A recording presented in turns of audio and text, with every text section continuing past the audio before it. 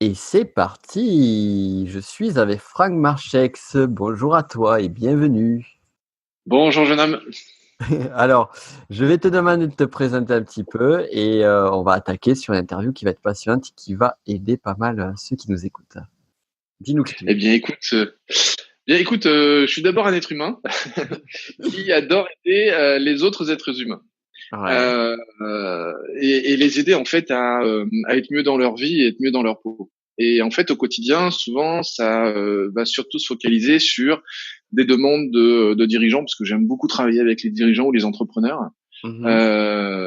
Et c'est des demandes qui sont souvent liées à la problématique alors, on va dire business, mais souvent c'est des difficultés avec soi-même lors des prises de parole ou dans ce qu'on va appeler le charisme de manière générale. D'accord. C'est un mot un peu valise, c'est un mot un peu dans lequel on peut fournir plein de choses, mais c'est souvent des gens qui sont bloqués avec eux-mêmes, Mhm. qui ont des difficultés dans leur euh, représentation d'eux-mêmes et qui du coup ont du mal à communiquer avec les autres. Des fois, ça peut même être des excellents communicants, mais à l'intérieur, il y a une faille, il y a quelque chose qui quelquefois bloque pour les amener à être vraiment excellents dans ce qu'ils font.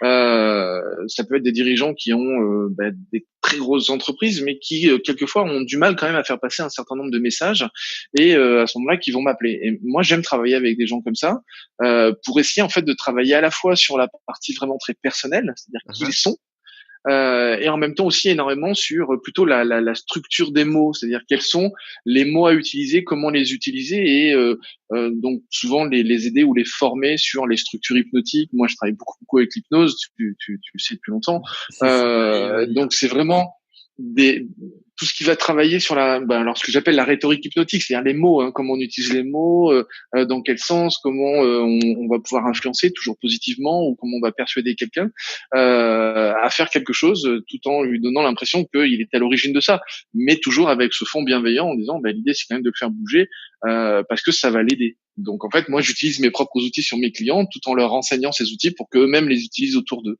Donc voilà, c'est toujours un peu cette structure. Et puis du coup, en travaillant là-dessus, il y a beaucoup de coachs qui se sont intéressés à mon travail. Donc aujourd'hui, je coach aussi beaucoup de coachs, soit pour les aider à devenir meilleurs dans leur business, soit pour les aider à avoir plus de business. Parce que malheureusement, aujourd'hui, il y a beaucoup de coachs qui ne vivent pas forcément de leur activité. Ouais. Donc je vais les aider en fait à développer leur business, développer leur clientèle. Donc ça, c'est vraiment le fond un petit peu de mon activité. Mais je vais faire court parce que en fait, je suis tellement je m'ennuie très vite. Donc j'ai toujours besoin en fait de mettre des nouveaux projets en place, de trouver des nouveaux clients. Il y a souvent un peu cette idée de dire il faut un avatar dans son business et puis vraiment travailler à fond sur cet avatar parce que c'est ce qui va être fondamental pour développer son business. Et moi j'ai jamais réussi à avoir un avatar parce que pour moi l'avatar c'est l'être humain qui a un problème, tu vois. Donc Ouais. l'idée c'est de dire Ouais. voilà t'as un problème, comment je vais faire pour t'aider à le solutionner, ou comment je vais t'aider à trouver des ressources pour avancer et pour aller plus loin. Et donc du coup, j'ai pas d'avatar. Voilà. Moi, j'aime bien travailler avec les êtres humains qui ont des problèmes pour les aider à plus en avoir. Tu vois, c'est assez Excellent, global. excellent. Alors moi, ce que j'adore sur tous les échanges qu'on a eus jusqu'à présent et sur on va dire, ton expertise, c'est que tu es quelqu'un qui est très, très, très pointu dans les différents domaines et notamment, tout particulièrement l'hypnose. Et, et est-ce que tu pourrais nous dire justement au niveau de l'hypnose, comment ça peut être utile, l'hypnose, la rhétorique, la linguistique, en quoi c'est utile? Et est-ce que justement, tu as besoin de faire on va dire, des formations sur formation, de maître praticien en hypnose ou autre pour pouvoir être percutant en utilisant les mots, tout simplement? Eh bien, écoute, pour moi, un des outils privilégiés d'intervention, c'est l'hypnose. Ouais. Donc, quand je parle avec quelqu'un qui a envie d'optimiser son activité ou d'optimiser sa vie, je vais lui dire d'apprendre l'hypnose parce que l'hypnose, c'est la vie. Mmh. C'est pas, pour moi, c'est pas une technique, l'hypnose, hein, c'est une philosophie. D'accord. Alors comment Derrière cette tu philosophie, définirais toi l'hypnose? Parce que c'est toujours, mais écoute, quand je fais des conférences sur l'hypnose, parce que s'il y a quelque chose que j'ai énormément fait dans le monde, c'est des conférences sur l'hypnose. Euh, concrètement, ce que je constate ou ce que je remarque, c'est que les gens savent pas ce que c'est parce qu'on a une mauvaise explication. L'hypnose, c'est deux choses. L'hypnose, c'est à la fois l'état dans lequel on rentre, et donc ça, on appelle ça l'état hypnotique, et c'est à la fois les outils qu'on utilise, tels que la rhétorique, tels que les métaphores, tels que le storytelling, tels que, je sais pas moi, les suggestions, les injonctions, enfin voilà, toutes les techniques que l'on peut mettre derrière.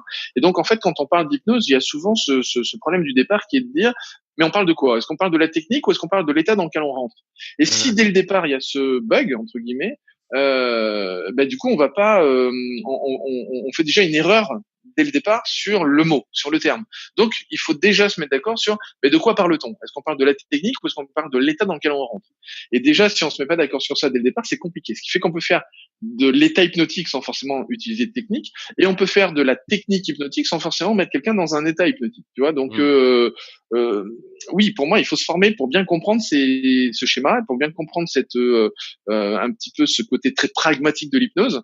Mais il faut se former, oui, c'est fondamental. Lire quelques bouquins sur l'hypnose, ça va être sympa. Il y a plein de gens qui en font dans les cours de récré, des ados qui en font dans les cours de récré, ok, super, mais ils se rendent pas forcément compte de la puissance de l'outil, donc des fois ils peuvent faire un peu des bêtises.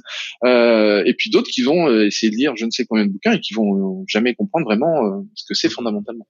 Alors du coup, pour rentrer concrètement sur l'utilisation de l'hypnose, est-ce que tu pourrais donner déjà une petite astuce, une petite façon de faire? Par exemple, si une personne souhaite mieux vendre un produit ou autre, quelque chose de pratico-pratique qu'elle pourrait mettre en place. Est-ce qu'elle a besoin de mettre la personne en transe? Est-ce qu'il y a besoin de faire des trucs complexes? Est-ce qu'il n'y a pas des petits trucs déjà pour cerner un petit peu l'utilisation pratico-pratique? Alors, dans quel cas si quelqu'un a envie de vendre quelque chose? Voilà, par exemple, si on va sur ce point. Alors, si on va sur si on va sur cette structure, c'est vrai que si on parle de vente hypnotique, ça fait tout de suite peur. On va dire voilà, la personne, elle va faire comme Mesmer sur scène, elle va m'hypnotiser et me faire acheter n'importe quoi. L'idée, en fait, c'est pas du tout ça. L'idée, au contraire, c'est d'utiliser non pas l'état hypnotique, mais utiliser des structures hypnotiques. Alors, je vais m'expliquer. Qu'est-ce que c'est qu'une structure hypnotique? Une structure hypnotique, tout bêtement, vous avez plein de commerciaux ou plein de gens qui l'utilisent déjà sans forcément se rendre compte de ce que c'est. Si on parle par exemple de la double contrainte, double contrainte, c'est une structure hypnotique, c'est ce qu'on appelle l'illusion du choix. Les gens qui prennent les rendez-vous téléphoniques, ils l'utilisent tout le temps. Un exemple concret, c'est est-ce que vous préférez être appelé en début de semaine ou en fin de semaine? Est-ce qu'une fois que la personne dit en début de semaine, on va lui dire vous préférez être appelé lundi ou mardi? La personne, elle va dire lundi. Ok, plutôt le matin ou l'après-midi? L'après-midi. Plutôt début d'après-midi ou fin d'après-midi? Début d'après-midi. Plutôt 14h ou 15h? Plutôt 14h. Ok, on prend rendez-vous à 14h lundi prochain, etc. Et le rendez-vous, il a été pris en 20 secondes. Ça, c'est ce qu'on appelle l'illusion du choix. C'est-à-dire qu'en fait, on va donner des choix, mais qui sont, comment dirais-je, préétablis.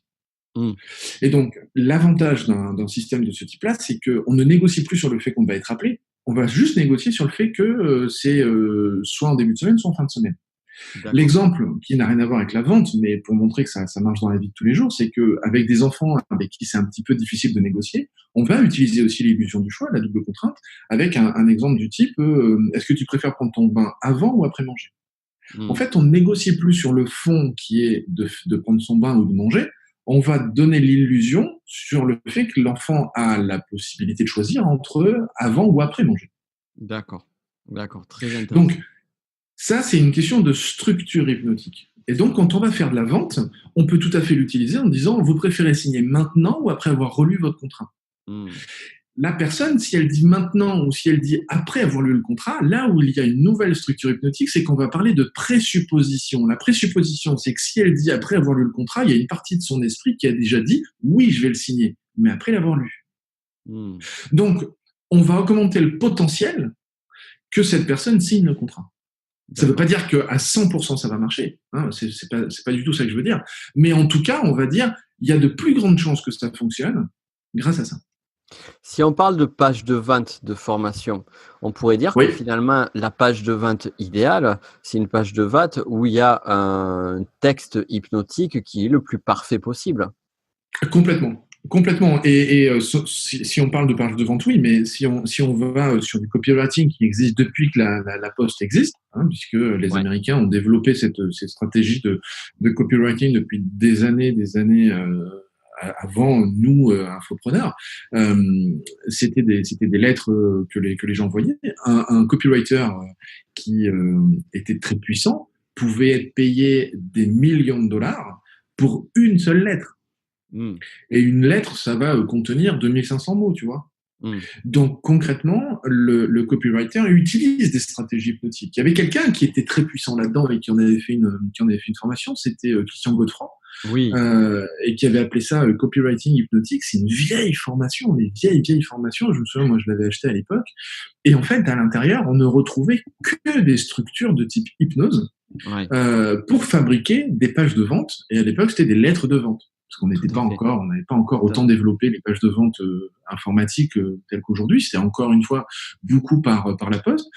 Et aujourd'hui, il y a encore beaucoup d'entreprises qui dépensent énormément d'argent pour créer la page parfaite, Mmh. pour soit faire inscrire quelqu'un sur Internet, soit que cette personne lui renvoie un chèque par la poste. Si on prend des exemples comme le Reader's Digest, qui a été un ouvrage qui s'est fait en des millions d'exemplaires, ça fait partie des ouvrages qui ont utilisé des copywriters pendant des années parce qu'ils fonctionnaient avec la poste. Ils Mmh. envoyaient une lettre pour que les gens s'inscrivent, et c'était des lettres voilà, qui valaient très cher, mais parce qu'elles rapportaient énormément d'argent. Parce que si on paye un copywriter plusieurs millions de dollars, c'est parce qu'on sait que derrière, on va en gagner 20 fois plus, 70 fois plus, 100 fois plus, tu vois. Donc, les structures derrière sont uniquement des structures hypnotiques. Sauf que on n'en parle pas de cette manière-là. C'est assez rare, si tu veux, qu'on en parle en parlant fondamentalement d'hypnose. Parce Moi, qu'au j'aurais final, pas c'est été ça. formé en hypnose, je m'en serais pas rendu compte. Mmh. En fond, c'est ça finalement. C'est de Ah l'hypnose. mais c'est de l'hypnose, hein. C'est Ouais. de la structure hypnotique. En fait, on utilise les mêmes outils qu'un thérapeute pourrait utiliser ou qu'un coach pourrait utiliser dans son cabinet. Sauf que le coach ou le thérapeute influence ou persuade son client à changer quand il a un problème. Parce que ça, c'est aussi une posture que moi j'ai un petit peu, on va dire, où je me dissocie peut-être un tout petit peu du politiquement correct. C'est pour moi, un coach ou un thérapeute, il faut être parfaitement conscient que c'est un commercial. Mmh. Sauf qu'ils vendent pas un produit. Ils vendent d'abord un service, mais ensuite ils vendent une idée. C'est-à-dire qu'en fait, son client, quand il vient avec un problème, le coach ou le thérapeute qui va utiliser de l'hypnose ou des structures hypnotiques, il va en fait persuader son client, persuader son esprit à aller mieux. Mmh. Ce n'est que de l'hypnose. Mmh. Mmh. Mais c'est vendre une idée. C'est quelqu'un qui vient en disant je fume, je sais pas moi, 2 paquets par jour et puis je veux arrêter de fumer. Moi, j'ai déjà eu des clients qui sont venus avec ce type de demande, hein, jusqu'à 2 paquets par jour. En fait, on va leur vendre quoi comme idée? Le fait d'abord que c'est facile d'arrêter, alors tout le monde leur dit que c'est difficile. Mmh. Ensuite, on va leur vendre l'idée comme quoi eux, ils vont en être capables. Alors que souvent, leur entourage va dire ah, tu vas devenir chiant, tu vas être pénible, etc. Donc en fait, on les remplit d'idées négatives sur le fait que ça va être compliqué d'arrêter. Donc nous, on va leur vendre une idée qui est complètement à l'opposé. Mmh. Mais on leur vend cette idée. Et D'accord. quand cette idée, elle est acceptée par l'esprit, en fait, le changement, il va se produire extrêmement rapidement. Parce que ça, c'est l'avantage des structures hypnotiques. C'est que comme ça ne va pas toucher le conscient, mais que ça va toucher l'inconscient, eh bien, le changement va se produire extrêmement rapidement. Et si on en revient au sujet qui est la vente, c'est exactement la même chose. On sait aujourd'hui que quelqu'un qui veut acheter un produit, la décision, elle se prend en quelques secondes. Parce qu'elle se prend de manière inconsciente. Pourquoi ça prend si longtemps ensuite après à se décider? C'est parce qu'on doit négocier avec notre conscient.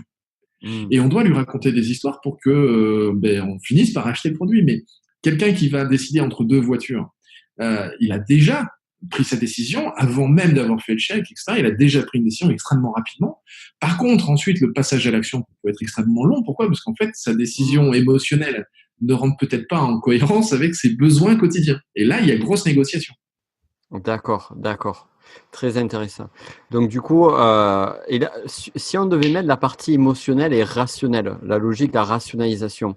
Alors rationnel et Mhm. rationalisation, c'est pas tout à fait la même chose, mais bon, pour simplifier, est-ce qu'on pourrait dire que la partie émotionnelle va plus se faire d'un point de vue inconscient et la partie rationnelle va se faire sur la partie conscient? Ou est-ce que tu... Complètement. Oui.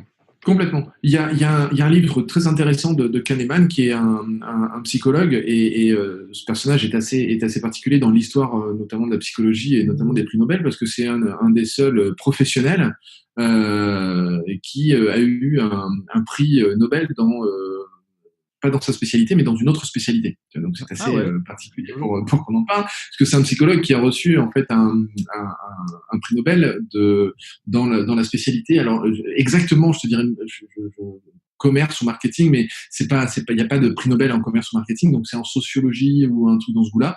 Et donc, ça n'a rien à voir, sociologie, psychologie sociale, je crois, un truc dans ce goût-là. Mais lui n'est pas de cette spécialité. Donc, il a écrit un livre qui est intéressant, qui s'appelle Système 1, Système 2. Et il va parler notamment de la vitesse de la pensée, en partant d'un principe que dans le système 1, c'est la vitesse lente, et dans le système 2, c'est la vitesse rapide. Et en fait, nous, si on en parle avec un mode plus hypnotique, on va à ce moment-là parler du conscient et de l'inconscient. L'inconscient, c'est la vitesse rapide, et le conscient, c'est la vitesse lente.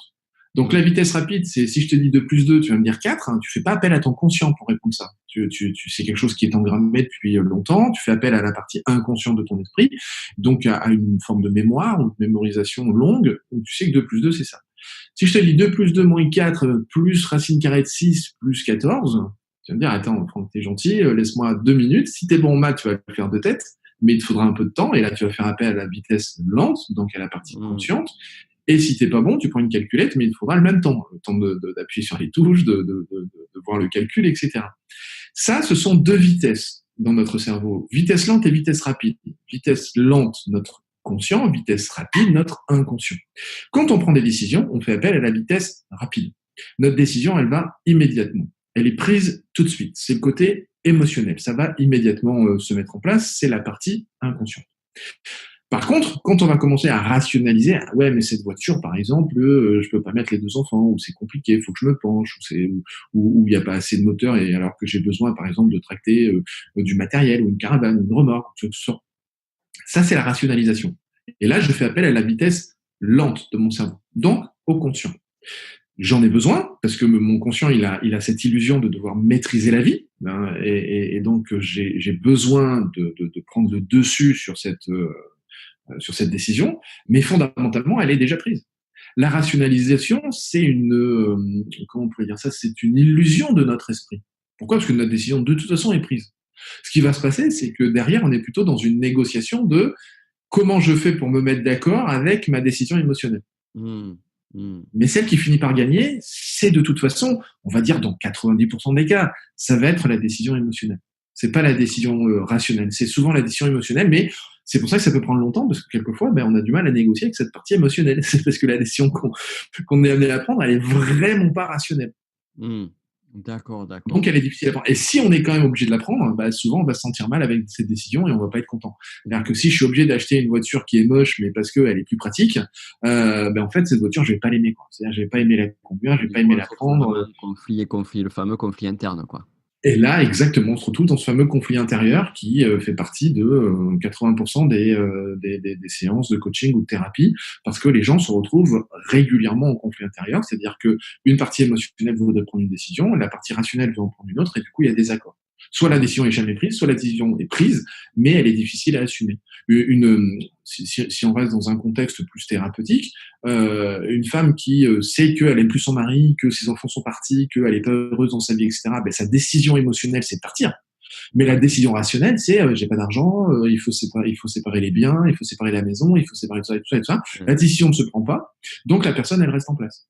Et elle va préférer sa zone de confort ou de mauvais confort, mais de confort, c'est-à-dire le fait de pas bouger, plutôt que de dire je sais que de toute façon il faut que je parte, donc je mets tout en œuvre pour partir. Et c'est plus rare. Si on devait le transposer à une page de vente classique, Oui. j'ai vraiment en tête à chaque fois la page de vente idéale.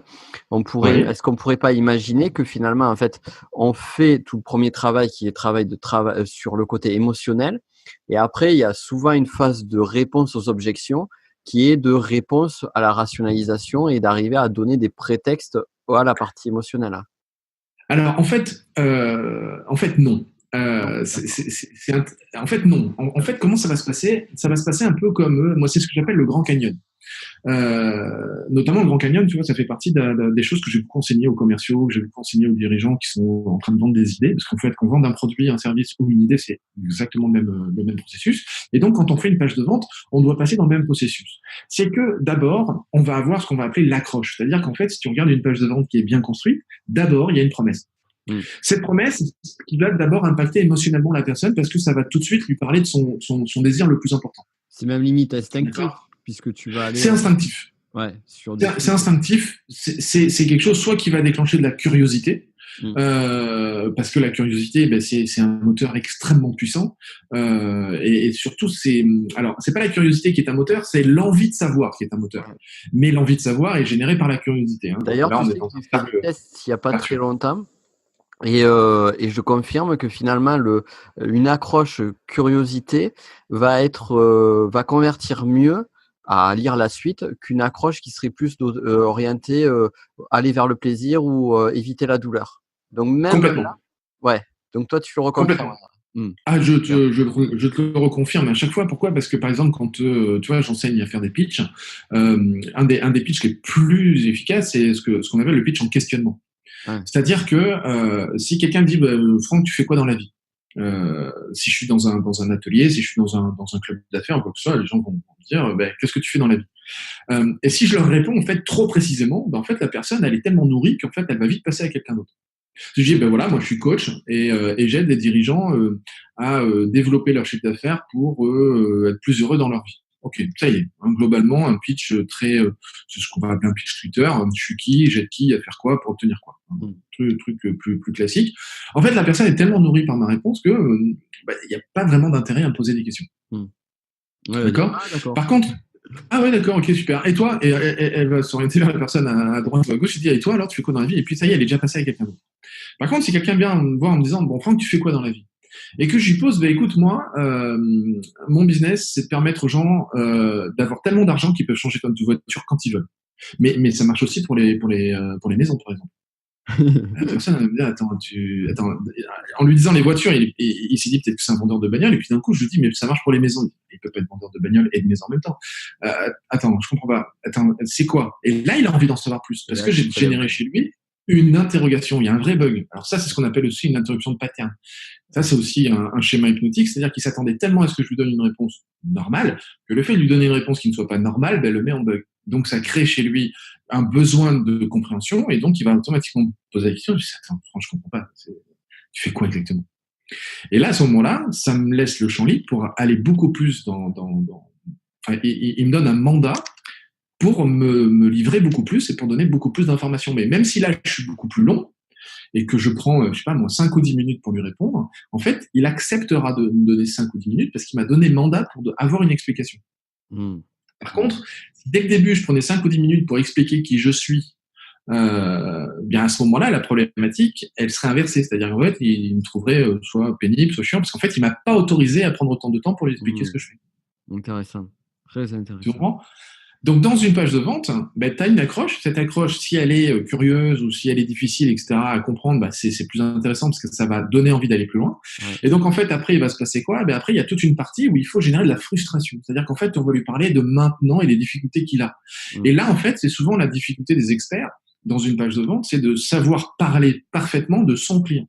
Pourquoi? Parce que quand on est un expert, ben, souvent, on a les outils pour ne pas être dans la même galère que ses clients. C'est Oui. d'ailleurs plutôt une bonne nouvelle, parce que si on est dans la même galère que ses clients, c'est quand C'est même vrai. compliqué. C'est clair. Donc, en tant qu'expert, on est plutôt là avec des solutions en disant, ben, soit moi, par exemple, alors, tu vois, par exemple, un expert, combien tu vois d'experts sur Internet qui vont dire, ah, moi, je suis un ancien timide, donc j'ai créé plein de techniques pour ne plus jamais être timide, etc. Bon, voilà, c'est le cas classique. Ou alors, ben, moi, j'avais pas de clients au début de mon activité, donc j'ai mis plein de stratégies en place pour aujourd'hui avoir plein de clients, etc. Combien tu as des experts? Combien t'en as qui aujourd'hui se présentent comme ça? C'est-à-dire leur légende personnelle, c'est j'étais dans la merde, j'ai mis en place des outils, je le suis plus. Mmh. Mais en réalité, t'en as combien qui ont vraiment vécu ça? Pas beaucoup. Oui. C'est pour ça qu'on appelle ça des légendes. Ouais. Pourquoi? Parce que en réalité, souvent c'est des gens qui instinctivement savaient déjà faire et dès le début, souvent étaient déjà bons puisque ce sont des Ouais. experts. Ouais. D'accord? Mais ça marche beaucoup moins bien quand tu le fais comme ça, bizarrement. Oui. C'est-à-dire souvent, quand tu vas le présenter de cette manière, tu vas avoir des gens qui vont dire, bah oui, mais si lui, il est déjà bon à l'origine, je peux donc pas m'identifier à lui. Si je peux pas m'identifier à lui, je peux pas acheter son produit parce que ce qui a marché pour lui ne marchera pas pour moi parce que lui, il était déjà bon à l'origine. Tu me Mmh. suis toujours? Ouais. Donc, la plupart de ces experts vont plutôt, entre guillemets, mentir éthiquement, on va dire comme ça, c'est-à-dire mentir dans un sens de je veux quand même obtenir quelque chose de bien pour mon client, donc je vais lui mentir, mais pas pour le blesser ou pour lui faire du mal, c'est juste pour qu'il soit plus, qu'il arrive plus à s'identifier à moi. Eh bien, à ce moment-là, je vais me présenter comme quelqu'un qui a vécu des difficultés les mêmes que lui, pour qu'il s'identifie à moi, et en lui disant, tu vois, t'es pas le seul à galérer, parce que moi aussi, au début, j'ai galéré. D'accord. Et comme moi aussi au début j'ai galéré, tu vois qu'en mettant en place ces outils-là ou ces techniques-là, maintenant je m'en sors. Donc si tu fais pareil, tu t'en sortiras aussi. Ouais, complètement. D'accord. Donc là on va lui parler de sa frustration. C'est-à-dire que la deuxième étape, c'est vraiment de parler des frustrations, des difficultés qu'il a. Et il faut vraiment en parler tellement bien que cette personne elle a vraiment l'impression de s'y croire, vraiment l'impression d'y être. Et une fois qu'on a fait ça, c'est là où on va commencer à parler des solutions. On va commencer à parler de ce qui marche, de comment il faut le faire, de ce qu'il faut mettre en place, de voilà ce qu'il faut transformer, voilà ce qu'il faut changer. Et au fur et à mesure où cette personne va lire ça, elle va commencer à avoir des objections. Et là, c'est son conscient qui est pas d'accord. C'est-à-dire que c'est son conscient qui va commencer à dire ça peut pas être si facile, ça marchera pas pour moi, j'ai pas l'argent pour le faire. Toutes les objections, en gros, il y a 5 grands types de suggestions. J'ai pas assez confiance en lui, sa technique, elle fonctionnera pas pour moi, etc., etc. Donc, il y a 5 grandes catégories. Et une fois qu'on a identifié, parce que ça, il faut le faire en amont quand on fait une page de vente, quand on a toutes ces objections en tête, après, on va faire la réponse à l'objection. C'est-à-dire qu'on lui a donné des solutions. Là, dans sa tête, se créent des objections. La troisième partie, c'est je réponds aux objections. Enfin, plutôt la quatrième partie, parce que première partie, c'est l'accroche. Deuxième partie, c'est les frustrations, les grosses difficultés qu'il a. Troisième partie, c'est le début de l'argumentation. Quatrième partie, c'est la réponse aux objections. Et la cinquième partie, c'est comme par miracle, ça coûte pas cher. Voilà voilà mon formulaire de vente. Tu peux acheter mon produit quand tu veux. Ouais, super intéressant. Ou alors c'est ce qu'on appelle un appel à l'action. Ça veut dire télécharge mon e-book, télécharge mon cadeau, télécharge mon truc. Enfin voilà, c'est ce qu'on appelle le call to action. C'est l'appel à l'action qui est à la fin. C'est souvent la 5e étape. Ce qui est intéressant aussi, c'est que sur ce circuit-là, on est aussi dans une dynamique, dans une espèce de parcours émotionnel où il y a surprise, émotion plutôt basse, désagréable. Puis après, solution, espoir, émotion positive. Puis après, le rationnel revient avec les objections et hop, ça va pas. Et en même temps, je suis ça un petit peu agacé. Et puis après, apaisement et là, excitation de l'achat. De l'achat. Et en fait, dans la partie objection, ce qui est intéressant dans les objections, c'est que on a un vrai mélange entre la rationalisation et l'aspect émotionnel. C'est-à-dire que ce n'est pas que de la rationalisation, les objections. Pourquoi? Parce que, par exemple, moi, ce que j'enseigne à mes clients quand ils suivent mes formations sur la vente ou comment développer un processus de vente, je leur apprends une chose qui est fondamentale, c'est qu'une objection, c'est une bonne nouvelle. Ouais. C'est quelqu'un qui me dirait non et qui me mettrait pas d'objection, ça, c'est pas une bonne nouvelle. Pourquoi c'est pas une bonne nouvelle? Enfin, c'est pas une bonne nouvelle. Si, c'est une bonne nouvelle. J'ai identifié que c'était pas un client pour moi. Donc, ça reste une bonne nouvelle. Je vais pas perdre de temps et puis je vais m'en aller voir quelqu'un d'autre. Mais quelqu'un qui me donne une objection, si je me cantonne au nom de l'objection, je peux pas avancer. Alors que le nom, en fait, est une information exceptionnelle pour savoir qu'est-ce qui continue à bloquer chez lui. Parce que souvent, un non, une objection, cache un oui. Ouais, c'est intéressant ça. Putain, et tant que ça, je l'ai pas compris, et tant que ça, moi, pour vendre des prestats, pour vendre des outils, pour ce que tu voudras, tant que j'ai pas compris qu'une objection, c'était un oui déguisé, en fait, je m'arrête au non, je m'arrête à l'objection et je peux pas continuer à avancer. Ouais, putain, ouais. Ah, très intéressant ça. C'est vrai, j'avais jamais vu sous cet angle-là, quoi. Finalement, oui, parce que s'il pose l'objection, s'il questionne déjà à cet instant. S'il questionne, ou s'il veut lutter contre toi, c'est qu'il a besoin d'en savoir plus. C'est qu'il y a un truc. Sinon, il n'irait pas jusque-là. J'ai perdu mon casque. Est-ce que tu m'entends à nouveau? Ouais, je t'attends à nouveau. Ouais, je vais faire un clap.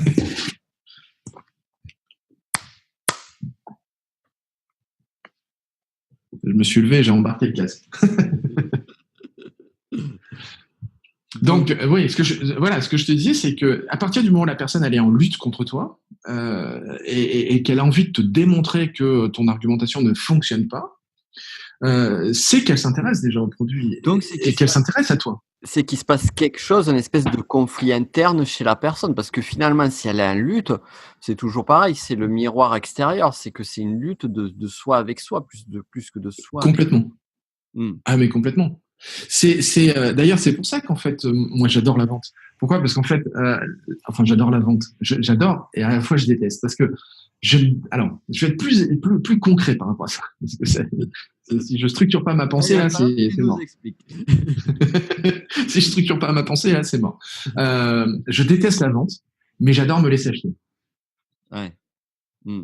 Et il faut comprendre une chose, c'est que les gens détestent qu'on leur vende quelque chose, mais ils adorent acheter quelque chose. C'est vrai. Et donc, quand je vends quelque chose à quelqu'un, cette personne, elle va se mettre en mode protection quasiment immédiatement. Quasiment immédiatement. C'est un truc qui est vraiment de l'ordre de la survie. C'est-à-dire que elle te voit arriver avec ses gros sabots, avec tes gros sabots, et donc elle dit, il vient de vendre un truc, donc c'est bon. Quand j'ai mes clients, je prends l'exemple de dirigeants, d'entrepreneurs, de coachs, de thérapeutes qui vont dans des clubs d'affaires, ils vont discuter avec quelqu'un. Une des premières choses que je leur enseigne, c'est ne vends jamais ta prestation à la personne avec qui tu es en train de parler. Jamais. Par contre, tu dois lui en parler tellement bien, tellement fort, avec tellement de passion, avec tellement d'imagination, que c'est à tout son réseau que tu dois vendre tes prestations. Donc, tu ne vends jamais ta presta à la personne que tu as en face de toi, mais tu dois considérer cette personne-là comme ce qu'on appelle un évangéliste. Enfin, moi, c'est comme ça que je les appelle.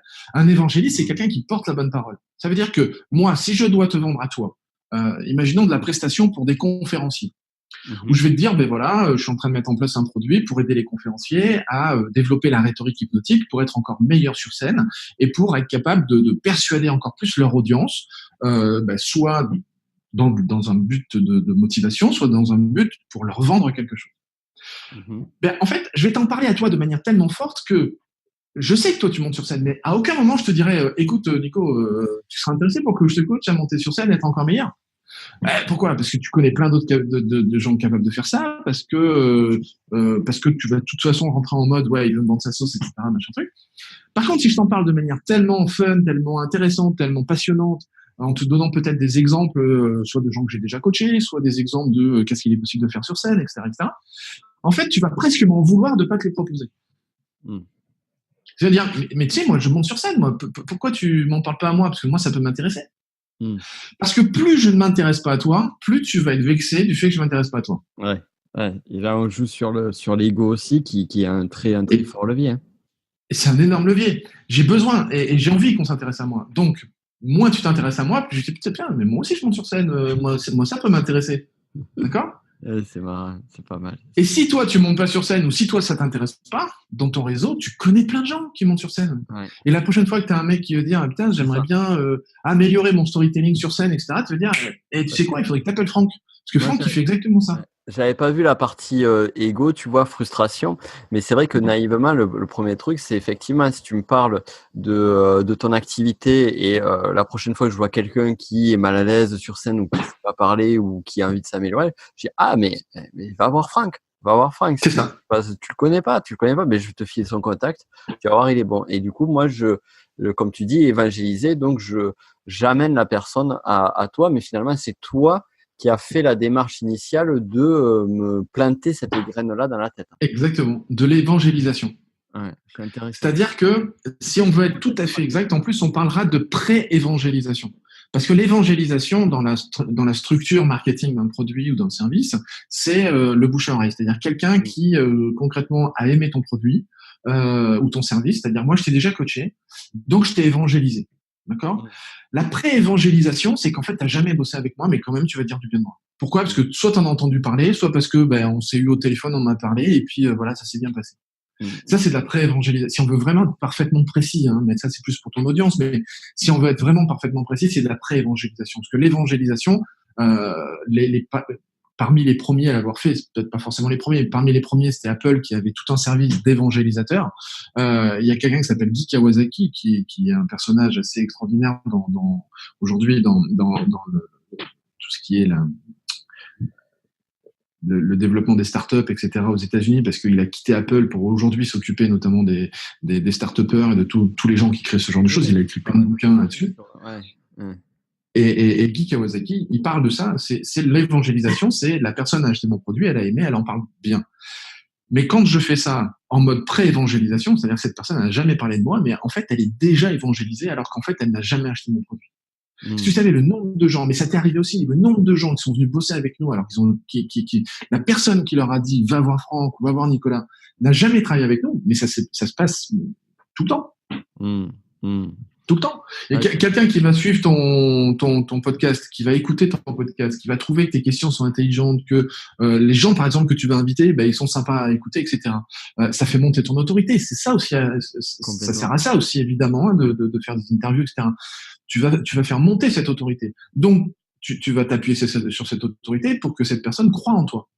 Le lendemain, quand quelqu'un va avoir besoin d'une formation, et toi, tu es très bon en énéagramme, en PNL, en hypnose, etc., donc quelqu'un va avoir besoin d'une formation dans cette structure-là, elle va penser à toi.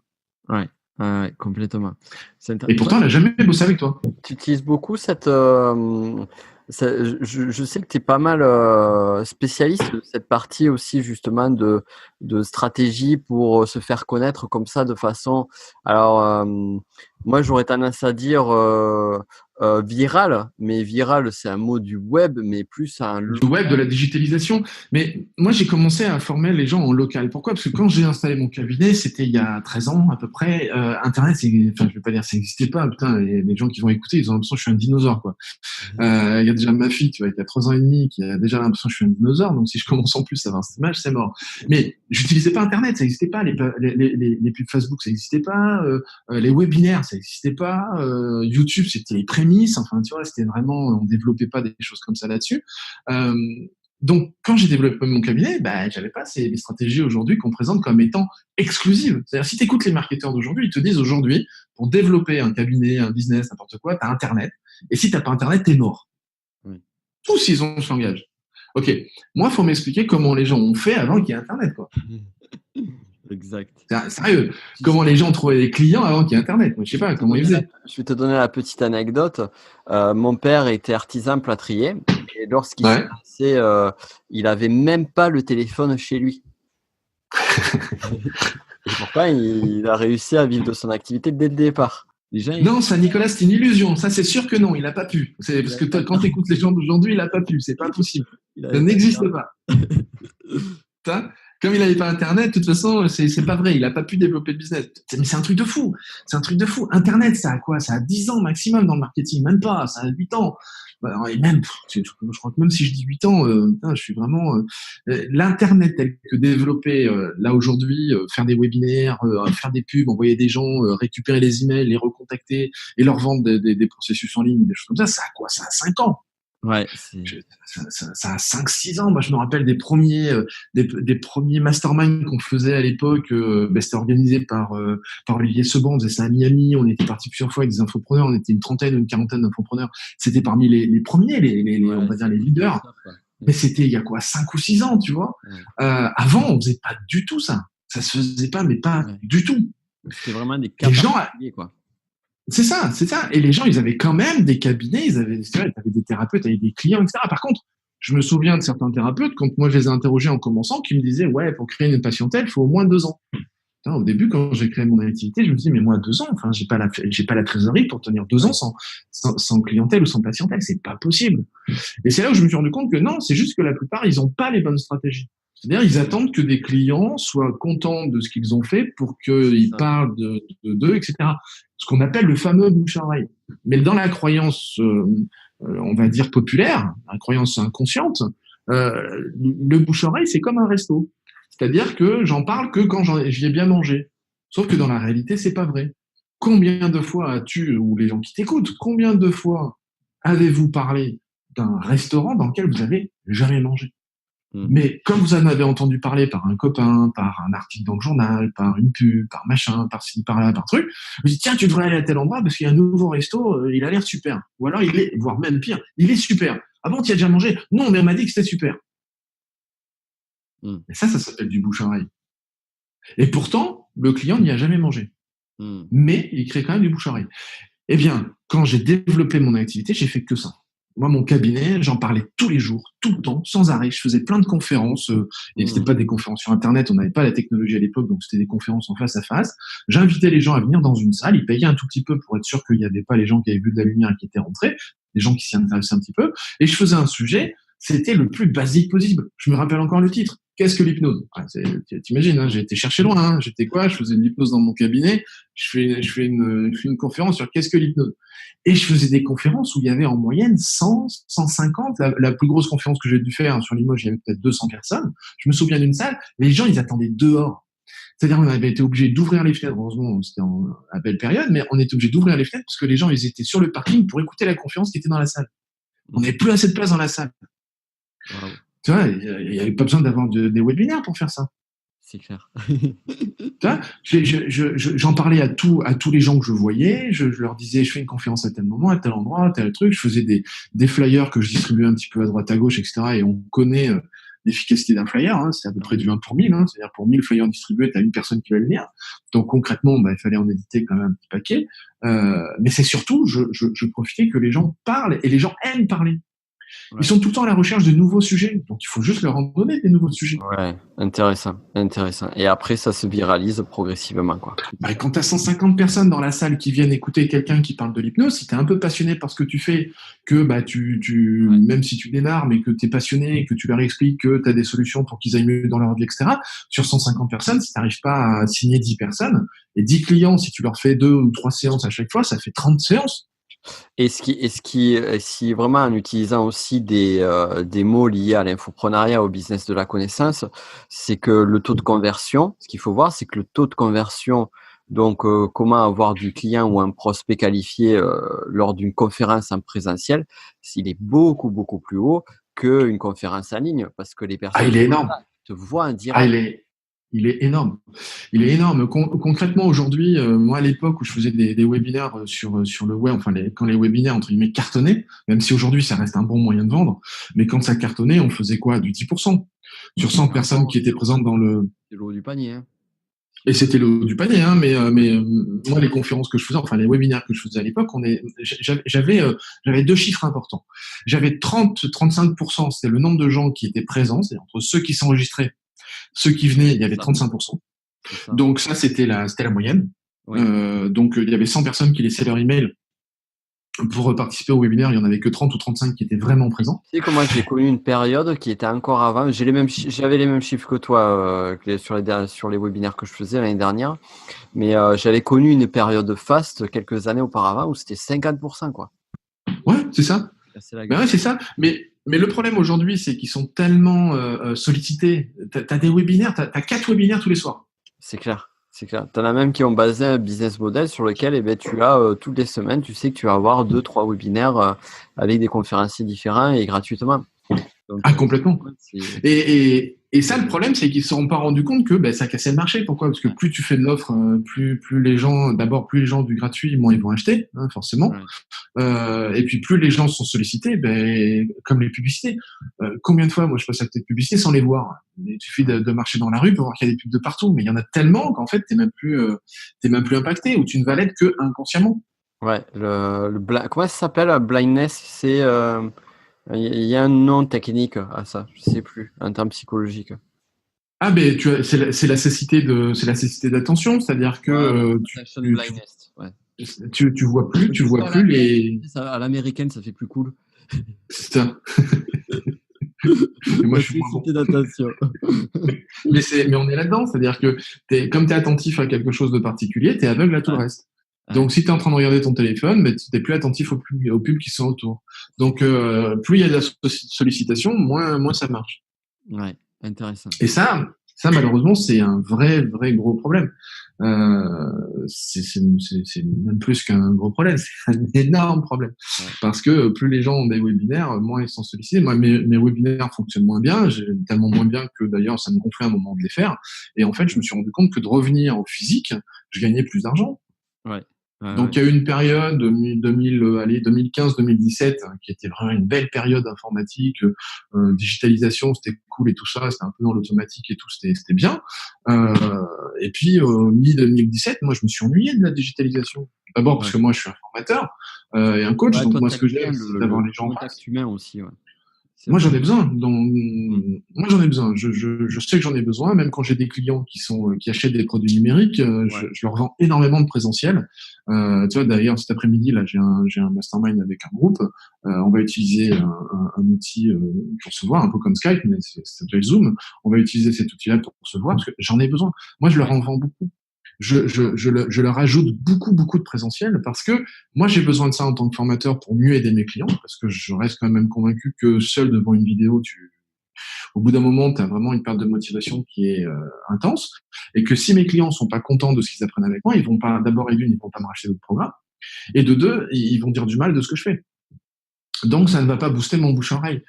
Donc, c'est vrai que moi, j'aime bien leur donner énormément de contenu, énormément de présentiel. Et même on va dire, les dinosaures du web marketing, ils s'en rendent compte. Ils font de plus en plus d'ateliers, de plus en plus Ouais. de journées live. Ils offrent de plus en plus de contenu physique parce qu'ils se rendent compte que les clients, ils reviennent énormément à ça. D'abord parce qu'ils en ont besoin. Et ce qui est intéressant aussi, c'est que c'est cette dynamique-là. C'est à un moment donné, tellement de personnes font ça, qu'à un moment donné, il y a un essorage, comme à l'époque des courriers postaux. Tu te rappelles cette époque où tu avais Ah ben, le prospectus dans ta boîte aux lettres. Aujourd'hui, il n'y a plus rien quasiment, quoi. ah ben oui, parce que les prospectus aujourd'hui se sont transformés en emails et qu'aujourd'hui, on reçoit peut-être 300 emails par jour. Donc la sollicitation est la même. Combien d'emails aujourd'hui on ne lit plus? C'est-à-dire que et d'ailleurs on lit quoi? On va lire ceux qui ont des objets qui sont intrigants, qui Ouais. sont bizarres, qu'on comprend pas. Et là, on en revient à l'hypnose, à ce qu'on a parlé tout à l'heure, quoi. Et là, on en revient à la structure hypnotique de créer de la curiosité, faire en sorte que la personne s'interroge, etc. Ouais, excellent. Tu vois? Ouais. Mais ça, c'est le seul moyen réellement de s'en sortir. Hein. C'est le seul moyen vraiment d'avoir des résultats. Très intéressant, très intéressant. On va aller sur la fin de l'interview et je vais te poser une question que j'aime bien poser parce que je trouve qu'on parle beaucoup ça et là sur Internet de réussite, mais on a beaucoup à apprendre des échecs. Alors j'aimerais que tu partages avec nous, si tu le veux bien, partager Avec plaisir. les plus gros échecs et ce que tu as appris au regard de cet échec-là. Aujourd'hui, j'ai 2 gros échecs qui m'ont vraiment, je vais pas dire pourri la vie, mais qui m'ont vraiment fait mal. Ouais. Et de ceux que j'ai vraiment le plus appris. Le premier gros échec, c'était la mise en place d'une entreprise en 2010. Je crois que j'avais créé une entreprise pour une de mes spécialités, enfin un truc qui vraiment me passionnait, c'est tout ce qui est détection du mensonge grâce aux micro-expressions et au non-verbal. Donc, il y avait beaucoup de clients qui faisaient appel à nous, parce que j'avais un associé à l'époque où on faisait soit des formations, soit on faisait du coaching pour apprendre aux gens à faire la même chose, soit on était quelquefois invité à participer à des recrutements un peu de haut niveau pour éviter les grosses erreurs. Et ça, c'était vraiment une entreprise dans laquelle je misais énormément, dans laquelle vraiment j'avais beaucoup de cœur. Et là, on s'est rendu compte d'une chose, c'est qu'en fait, les gens qui suivaient nos formations ne parlaient pas de nous, ne faisaient pas de bouche à oreille. Et donc, on s'est rapidement retrouvé un peu en galère en termes de nouveaux clients parce que le commercial qui était censé travailler, on avait pris quelqu'un qu'on connaissait et ça, c'était peut-être une des grosses erreurs qu'on avait faites. C'était plutôt que de vraiment choisir quelqu'un qui aurait pu nous aider à développer, on avait privilégié un collègue de mon associé de l'époque, et donc ça c'est aussi une erreur, c'est que j'aurais pas dû dire oui, j'aurais dû dire non, on va recruter vraiment quelqu'un qu'on ne connaît pas, plutôt que de vouloir faire plaisir. Donc ça, c'est un premier apprentissage. Deuxième apprentissage, c'est que quand je questionnais les clients que je connaissais le mieux en disant bon, est-ce que tu as aimé ce qu'on a fait, etc., et que les gens me disaient c'était génial, j'ai gagné plein d'argent, j'ai négocié avec mon banquier, j'ai négocié avec un prestataire, j'ai négocié avec un fournisseur, j'ai gagné, etc. Moi, je me souviens d'un client qui me disait tu sais, grâce à ce que j'ai appris dans ta formation, j'ai gagné 300 000 balles en un coup de téléphone. Bon, ça c'était quand même super sympa. Pourquoi? Parce qu'en fait, il avait détecté quelque chose au téléphone dans la façon dont la personne parlait, qui lui a fait comprendre qu'il pouvait aller plus loin dans la négociation. Et il disait, avant d'avoir fait ta formation, je crois que je l'aurais pas détecté. Donc, le fait d'avoir compris ça, en fait, sur la quantité de produits que je lui ai acheté, c'était une personne qui achetait du cuivre, qui fabriquait des des câbles et tout ça, avec du cuivre et tout. Donc, il a acheté ça en immense quantité. Donc, ça représentait vraiment des chiffres d'affaires assez colossaux. Et donc, il disait, me faire économiser un tout petit peu sur une commande, ça crée des chiffres hallucinants. Et sur cette négo, il avait gagné 300 000 euros. Donc, tu vois, c'est énorme. Donc, je savais que ce qu'on faisait, c'était bien, tu vois, c'était bon, c'était de la qualité, que c'était top. À un moment, je dis, ok, super. Et donc, tu t'en as parlé un peu autour de toi et tout. Et là, je le vois faire un recul immense en disant, mais t'es fou. Bon, pourquoi? Mais je veux surtout pas que les autres apprennent à faire la même chose que moi. Ah, putain, ouais, d'accord. Et ça, moi, ça m'a fait, mais tu peux pas savoir, un effet bœuf parce que j'ai eu les boules d'abord. C'est-à-dire que moi, je suis plutôt dans une dynamique. J'ai toujours envie d'apprendre aux autres ce que j'aime faire, mais je voyais pas derrière qu'il y avait une notion qui était vraiment très financière, pécuniaire et en termes de pouvoir. Et cette personne était en train de se dire, si les autres que je connais apprennent à faire la même chose, je perds du pouvoir. Putain, ouais. Oh là là. Et ça, je m'y étais pas préparé. Mais concrètement, je m'étais clairement pas préparé. Donc, quelquefois, être trop bon dans son activité, entre guillemets, et puis après, c'est aussi vu le secteur d'activité, c'est pas forcément top. Et là, moi, où j'avais les boules, c'est que cette personne, je savais qu'elle était très bien implantée dans les milieux politiques et tout ça, et je me suis dit, mais ça, si on arrive à rentrer dans des milieux comme ça, après faire de la formation, du coaching, ça y est, c'est la voie royale, quoi, ça va cartonner. Et en fait, comme les clients, du coup, n'en parlaient pas et qu'il y avait vraiment une omerta autour de ça et que chaque client qui apprenait à le faire, en parlait assez difficilement dans son entourage, en fait, l'activité, elle a vraiment décliné très, très rapidement et on a décidé de la fermer avant de perdre des sous, quoi, en se disant, ça sert à rien, on est en train de s'user, on est en train de galérer, quoi. D'accord. Et qu'est-ce que justement ça t'a permis d'apprendre de cette erreur-là et qu'est-ce qui pourrait aider justement les personnes qui nous écoutent? Moi, la première chose que ça m'a appris, c'est que quand on est dans un process business, il faut penser en process business. Et moi, je pensais en être humain, c'est-à-dire j'apprenais d'abord aux gens à mieux communiquer avec eux et avec leur entourage. Et quand je leur apprenais à faire du non-verbal, à détecter le mensonge, c'était pour se rendre compte que voilà, les gens passent leur temps à mentir, mais que c'est ok.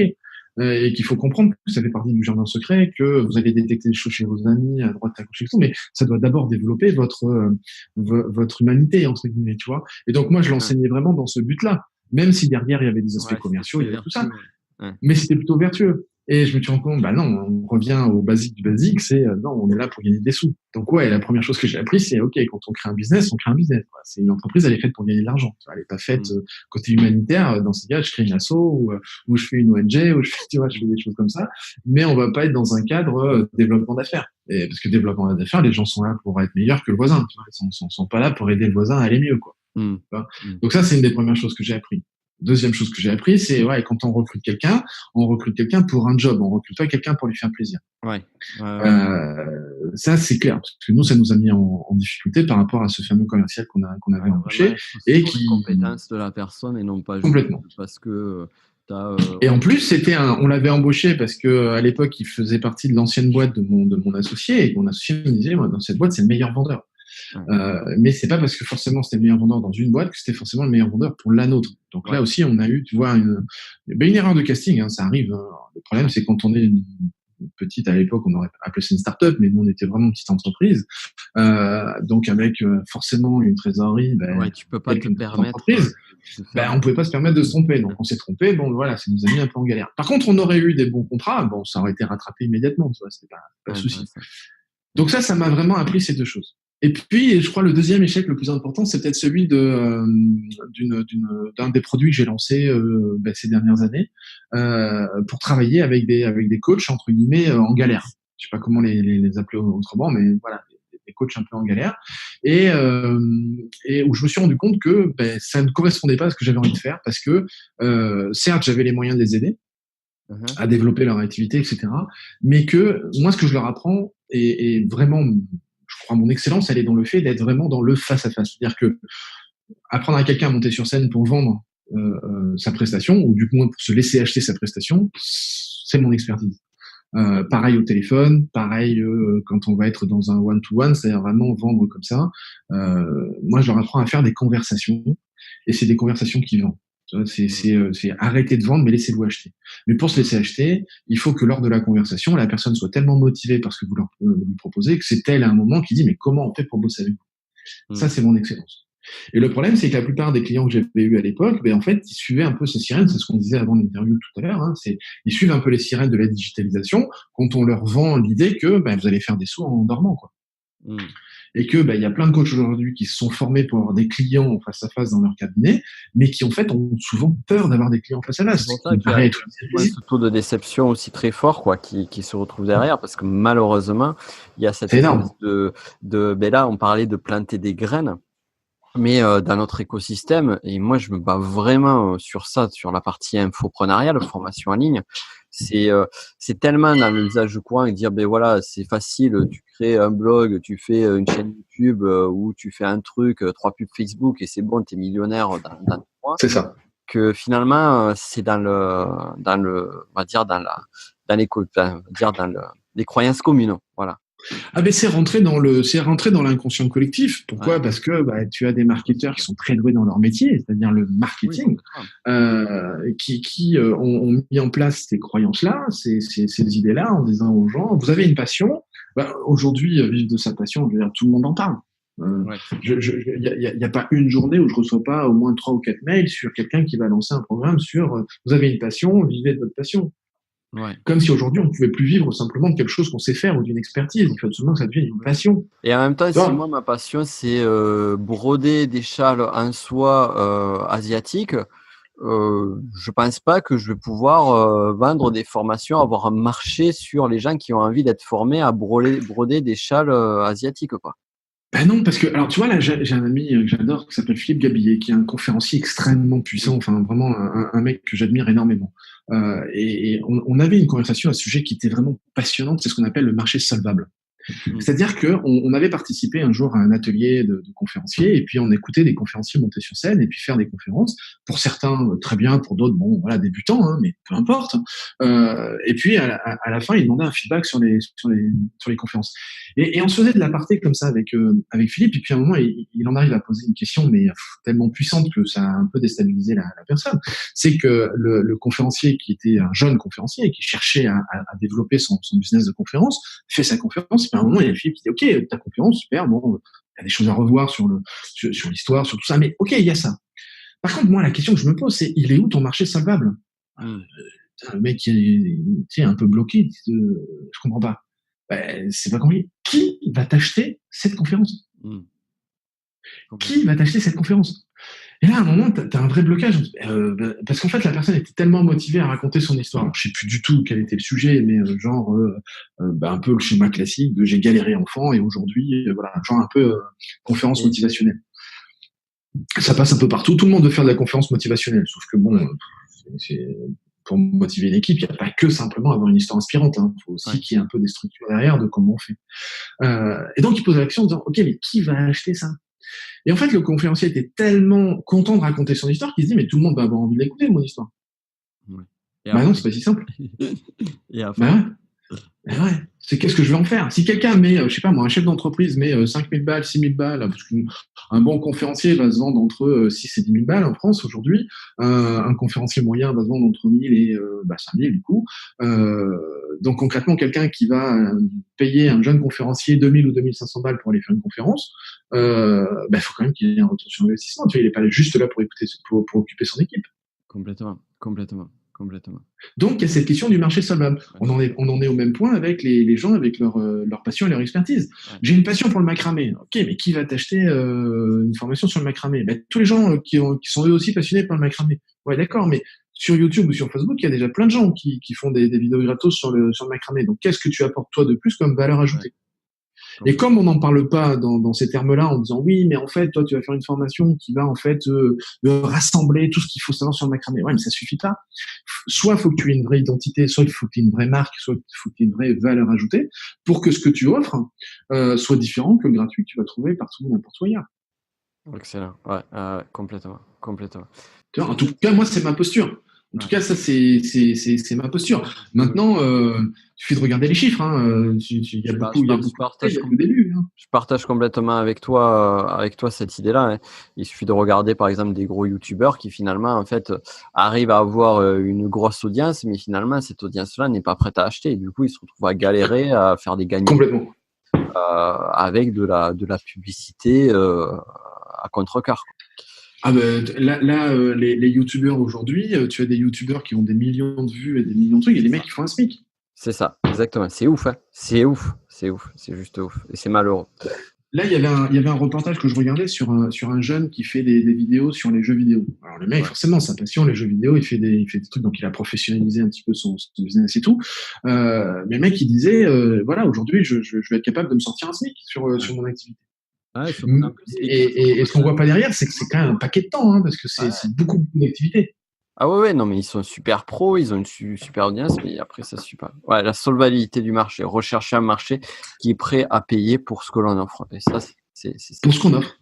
Super. Et ça, y a, encore une fois, hein, dans les marchés solvables, il n'y en a pas des millions. Hein. Tu as la santé, tu as l'argent, évidemment, le make money, hein, comment faire de l'argent. Alors ça, aujourd'hui, c'est ce qui cartonne le plus. Tellement bien que, tu vois, je vais balancer deux petites piques, là, mais tellement bien qu'aujourd'hui, plein de coachs qui galèrent, deviennent quoi? Ils deviennent des business coachs. Ouais, complètement. Et ça, j'adore. C'est-à-dire des coachs qui, concrètement, à la fin du mois, ils n'ont pas une thune, mais ils se présentent comme business coach pour apprendre aux autres, soit à gérer leur argent, soit à développer leur business, alors qu'eux-mêmes l'ont pas développé. C'est ça. Et c'est là où après, de toute façon, les choses rentrent dans l'ordre plus tard parce que il y a toujours la congruence qui va jouer aussi. Et là, on en revient un petit peu sur le sujet du départ. C'est sur l'hypnose et sur le fait de la congruence entre les mots qui sont dits et la posture de la personne et ce qui est caché derrière. Complètement. Et enfin, moi, je trouve ça quand même assez effrayant, cette mode un petit peu de ça, parce que voilà, moi, ça me fait un petit peu peur sur l'avenir de ce business-là, mais il va avoir besoin de se structurer. Ça paraît être sûr. Alors, d'un côté, il y a des écoles qui disent voilà, enfin des écoles de pensée qui vont dire voilà, pour structurer le métier, il faut y mettre des normes. Donc, tu as les normes AFNOR sur le coaching, tu as les normes AFNOR, tu as les normes ICF, les normes F, je sais pas quoi, enfin toutes les fédérations qui veulent mettre des normes, etc. Le problème, c'est qu'on est sur des sciences molles, puisqu'on est sur des sciences humaines. Donc, normaliser une science molle, ça me paraît compliqué quand même. Ouais, non, complètement. Ça veut pas dire que c'est impossible, mais ça me paraît quand même un peu compliqué. C'est un gros débat. Ça, c'est vraiment un gros débat philosophique vraiment sur le sujet, qui est un peu compliqué. En tout cas, merci. Ouais. Écoute, c'était un plaisir. Non, c'était un plaisir. J'ai adoré notre échange. C'était bien. Moi, ce que je te propose, c'est qu'on se refasse une interview, un de ces quatre. Parce que avec plaisir. C'est super intéressant. Ce que j'aime bien avec toi, tu vois, et c'est qu'à chaque fois qu'on discute, j'apprends toujours des nouvelles choses. Et ça a été le cas encore aujourd'hui. Et tu vas toujours creuser sur des trucs qui sont spécifiques, sur des sujets. Quand tu nous as parlé du gars qui t'est prix Nobel et tout ça, c'est vraiment des pépites. Moi, j'appelle ça des pépites, des super pépites. Et je te remercie vraiment de les avoir. Avec plaisir. Et du coup, où est-ce qu'on te retrouve, où est-ce qu'on peut être en lien avec toi, où est-ce qu'on peut continuer, dis-nous tout pour conclure. Écoute, le plus simple, c'est soit les gens peuvent aller sur mon site web frankmarchax.com, ou sur ma chaîne YouTube Charisme Hypnotique. Ils tapent Charisme Hypnotique et puis ils vont tomber directement sur la chaîne. Et puis voilà. Et puis s'il y a des audiences qui sont coachs, etc., ils peuvent aller sur le lien vendresoncoaching.com. Et là, ils trouveront des informations s'ils sont coachs et qu'ils ont envie de développer un peu leur activité. Les plus futés d'entre vous qui écoutent ce podcast, vous trouverez les liens juste dans la description. Je dis ça juste. Voilà. En tout cas, merci pour tout. C'est un plaisir. Et à très vite. À très vite. Merci Nicolas. Et voilà, tu viens d'écouter un des épisodes de mon podcast Le business de la connaissance. Alors, si tu veux aller beaucoup plus loin et suivre l'intégralité des podcasts sur ce sujet-là, je t'invite à regarder en description de cette vidéo. Tu trouveras le lien pour pouvoir t'abonner à mon podcast Le business de la connaissance. Et ainsi, on pourra aller beaucoup plus loin ensemble. D'ici là, je te souhaite une excellente journée.